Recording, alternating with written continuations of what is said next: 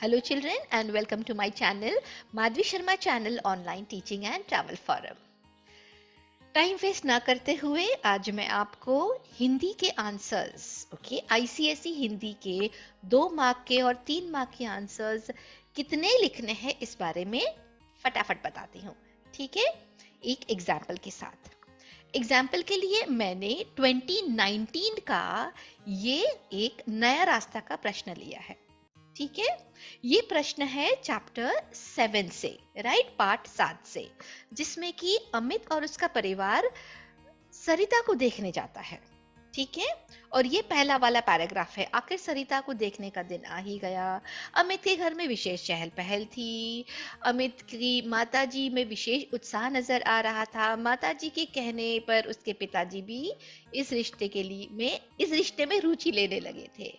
अमित की बहन मधु भी अपनी होने वाली भाभी को देखने के लिए उत्सुक थी। यस, इमीडिएटली इसका नेक्स्ट पार्ट है कि लेकिन अमित उदास था। Isn't it? Yes? अगर सुना नहीं है ऑडियो तो प्लीज सुन लीजिए।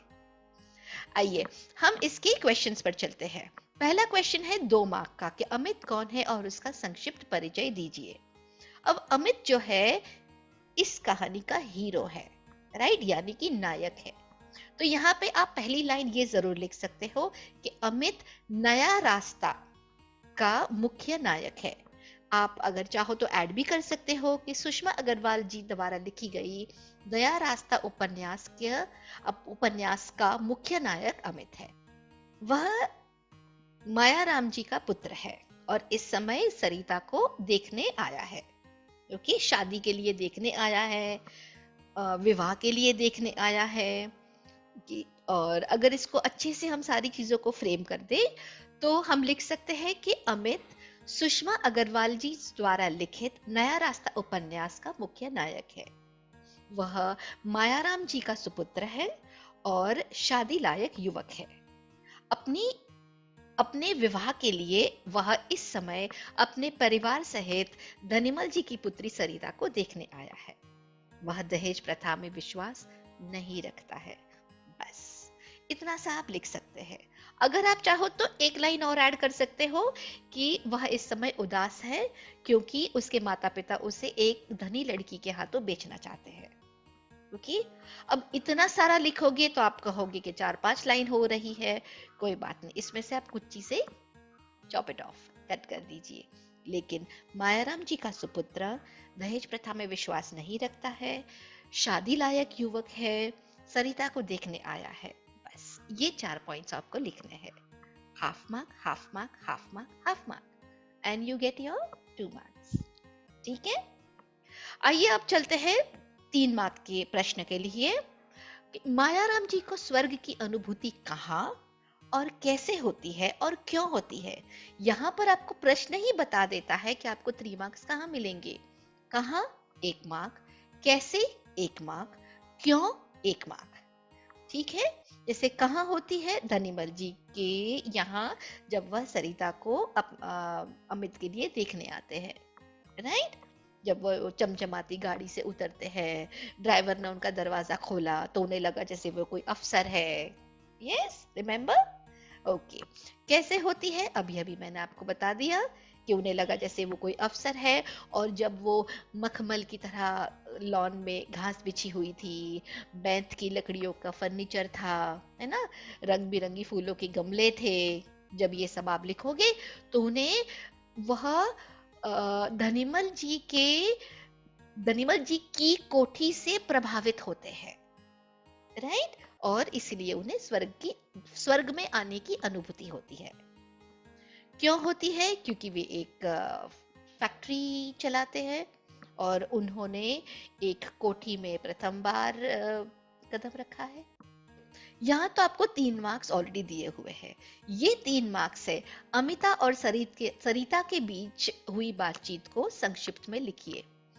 इसको आप संक्षिप्त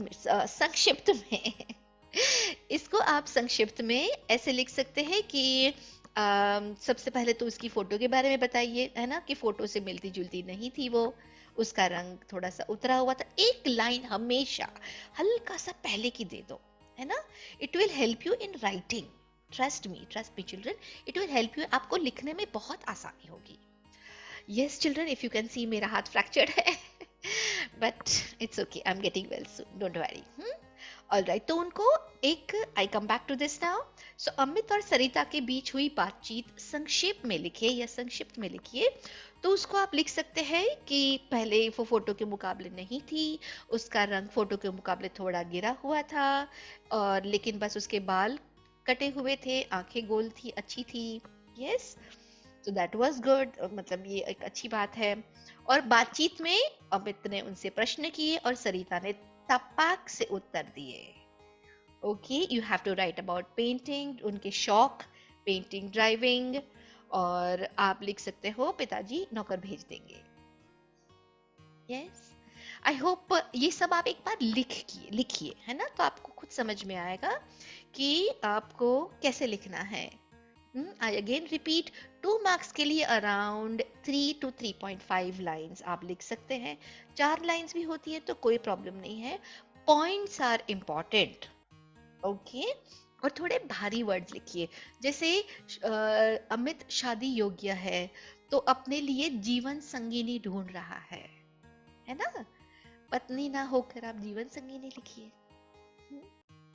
जो एक संयुक्त परिवार में रह सके, है ना, उसके माता पिता का ध्यान रख सके.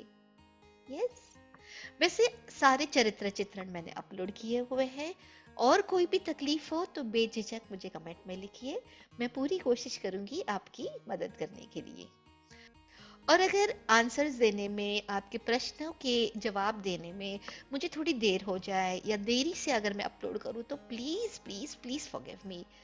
मेरी खुद की क्लासेस है, आप यहाँ पर पढ़ सकते हैं, माधवी शर्मा ट्यूटोरियल्स पुणे में, and I teach 9th and 10th standard ICSE. सभी के पेपर्स चल रहे हैं तो थोड़ी बिजी चल रही हूँ. But anyway, wishing you all the best. Do well in your boards.